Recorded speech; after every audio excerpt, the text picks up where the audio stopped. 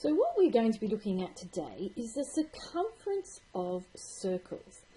Now, before we can do this, we have to remember all the different parts of a circle. So the circumference of a circle, as you can see from this diagram, is the outside. And the circumference is just a special word for a perimeter, and we use it only in terms of a circle. The other thing we need to know is from the centre of the circle, a line going from that out to the outside of a circle, this line here, is called a radius.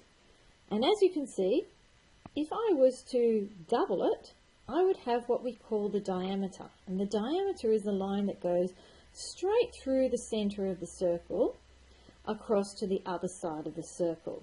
And what we have here in fact then is a diameter is 2 lots of radii, or a radius is half a diameter. They're actually almost the identical things. So let's have a look at some formulas for circumference of a circle.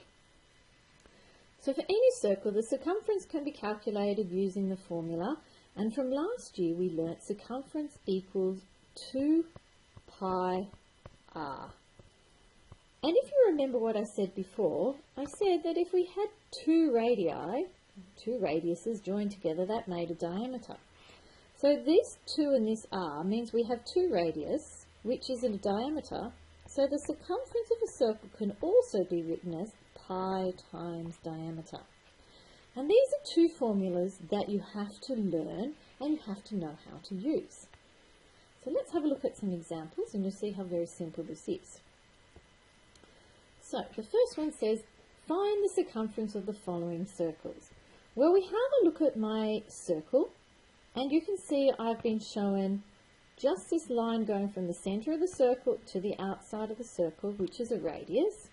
So the formula I'm going to use is circumference equals 2 pi r. I'm actually going to use the formula that has the radius in it. And so now I'm going to write circumference equals 2 times pi, and I'm going to now substitute the radius in, which is in this case 3. So I'm going to do times by 3. And then I'm going to work that out on my calculator, and if you do that, you should get an answer of 18.8, and we must remember our units, centimetres. And that is giving me the outside distance of my circle. So if I have a look now at this next one, I've got a circle, and this time I've got a line that goes from the edge through the centre to the other side. And from my knowledge of circles, I should remember now that that is a diameter. So the formula I'm going to use is circumference equals pi times the diameter. And that's going to be pi times, in this case, the diameter is 12. And then we pick up our calculators, and I think our calculator gives us a number something like a 37.69911, something along those lines. Now, I haven't said how many decimal places, but I think it's probably a good idea to probably do this one to 2 decimal places.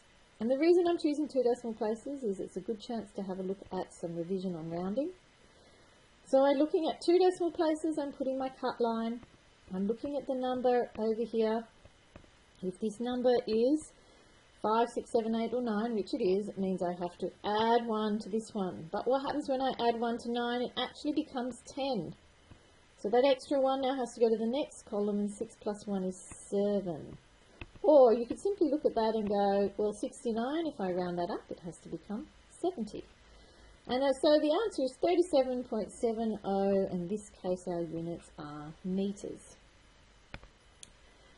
So this leads into some word questions. So if we have a look at this now, what is the diameter of a circle which has a circumference of 45 centimetres? So now we're being given the circumference and we're going to work backwards. Now we're given circumference and we're given the word diameter. So we're going to use the formula circumference equals pi times the diameter. Now we're trying to find the diameter and we're given that the circumference is 45. So where I see C, I'm now going to put 45. So 45 equals pi times diameter. And if you think about it, I could write that the other way, because we've just finished doing equations. Now pi is a number. We know from all the work we've done before that pi is 3.14 and it goes on for infinity. And this says pi, and the sign between the pi and the diameter is a times sign. So you could say to yourself, well, D got up one morning and what happened? He was times by pi. So the opposite would be to divide by pi. And what we're doing is we're using our knowledge of equations, which we've just done, to come up with an answer. So now on your calculators you go 45 divided by pi, and I think you get to 2 decimal places, 14.32, and the units will be centimetres. And let's have a look at another question, an identical question, but this one talks about radius now, and we're given a circumference of 100 metres. So we're going to use our formula, circumference equals 2 pi r. We're going to substitute in 100 for circumference equals 2 pi r. Now some of you may want to change it around because we don't like it looking like that. You can switch a rooney.